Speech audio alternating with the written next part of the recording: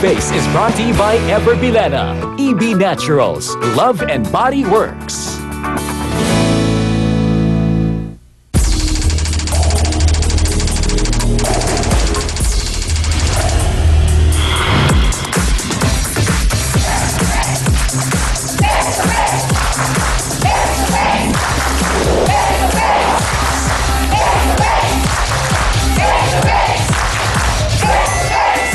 Nagiinit na usapan, umaatikabong mga yan. Diskusyon na may resolusyon sa kauna-unahang talakserye sa telebisyon. Face to face now with Miss Ami Perez. Happy morning sa lahat ng mga Sausawera at Sausawera worldwide. Handa na po ba tayo sa talakan? Saan ba kayo? Sa pula o sa puti? Sa Okurayan, ready na rin ba? Green and gold na kami dito, Hans. What about you? Siyempre kami rin dito, Chang. Ready na! Sausawa na! Saan tayo? Face to face na! Usapan, aminan, awayan at magbukrayan. Gusto mo bang makisaw-saw tara ng kaibigan? Bangayan ay solusyonan.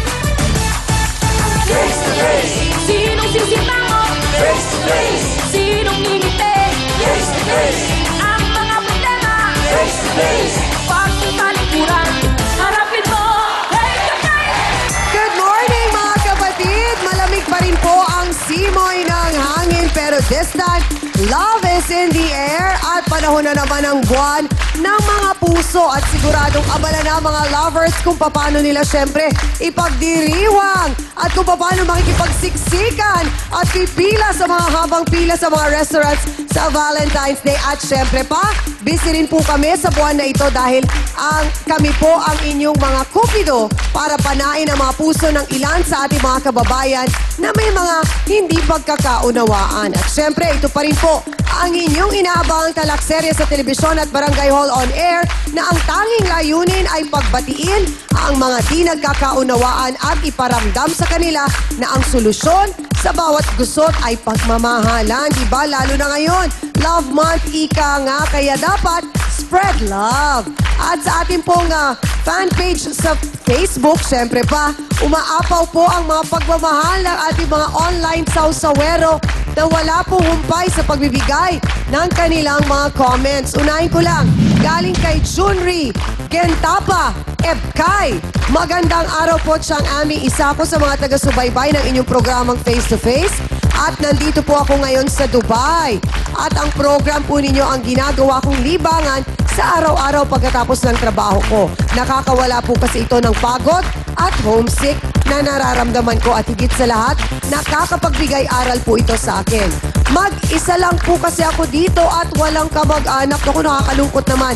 Kahit papaano po ay nalilibang ang sarili ko, parang nasa Pilipinas pa rin ako. Regards po sa mga kaibigan at kamag-anak ko sa Paranaque. At sana po yung magtagal ang program nyo. God bless you po at sa buong staff ng Face to Face, lalo na sa Trio Tagapayo. Maraming salamat po. Ito naman po galing kay Gloria Hiranuma. Hello po sa inyong lahat dyan sa Face to Face. Isa po akong tagahanga ninyo. Plain housewife dito sa Japan.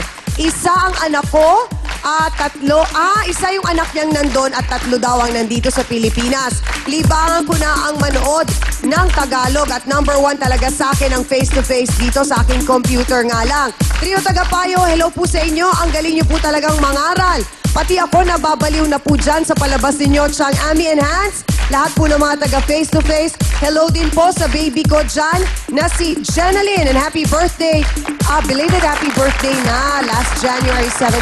Salamat po and more power and God bless. Belated happy birthday din. Siyempre sa aming writer na napakagaling at napakasipag na si Gracia Esteban. Happy birthday.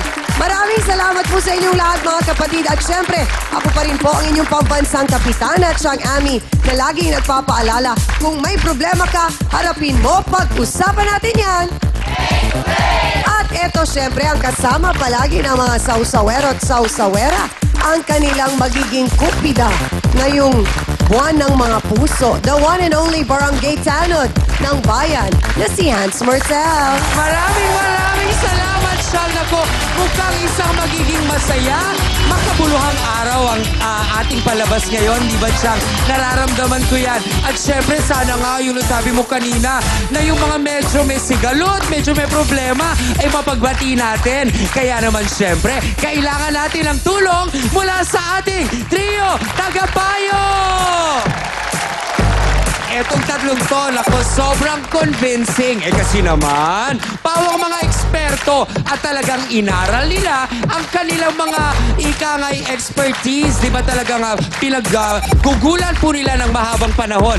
Unahin ko na pong ipakilala ang ating unang tagapayo na isa pong legal expert dahil siya ay Professor of Law mula sa College of Law ng University of the East. Nako, eto po, napaka-mabusisi at napaka-precise. Wala pong iba kundi si Attorney Benedicto Acosta Jr.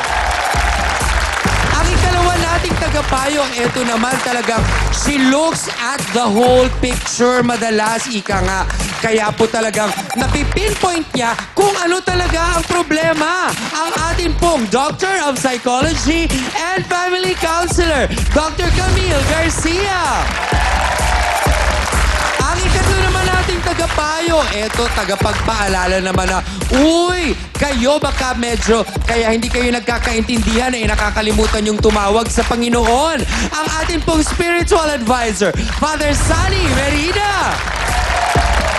Pagsama-samahin nyo ang tatlong yan, idagdag nyo pa ang mapagmahal at mapangunawang si Chang Ami Perez. Abay, talagang wala yatang problemang hindi masusolusyonan. Hindi ba, mga kapatid? Salamat, Hans. Organizer po ng isang dance contest, inuulan ngayon ng protesta mula sa isa sa mga sumali sa sayawan na ito. Dinaya raw kasi ang naging resulta ng paligsahan. May lutuan nga ba kaya na naganap sa nasabing pa-contest? Yan po ang ating face-to-face issue of the day. Ganito gumiling ang grupong Snap Kids. Ganito naman humataw ang Extreme Jazz Group. Parehas na gumiling, pero isa lang ang itinanghal na magaling. At ang sigaw ng Extreme Jazz, dapat kami ang nanalo! Kami ang dapat na manalo ng pa-contest na yun kasi kami lang ang nag-ganun ng sayaw. Tutuan talaga kasi meron siyang ginamit na dancer para mag-champion. Hindi totoo yun. Sinasaalang-alang ko yung pa-contest ko sa mga hurado ko. Sila ang may karapatan doon. Yung grupo kasi na Extreme Jazz, hindi sabay-sabay. Minsan nagkakamali. Hindi na nakikita ang pagkakamali nila kasi hindi naman sila ang hurado.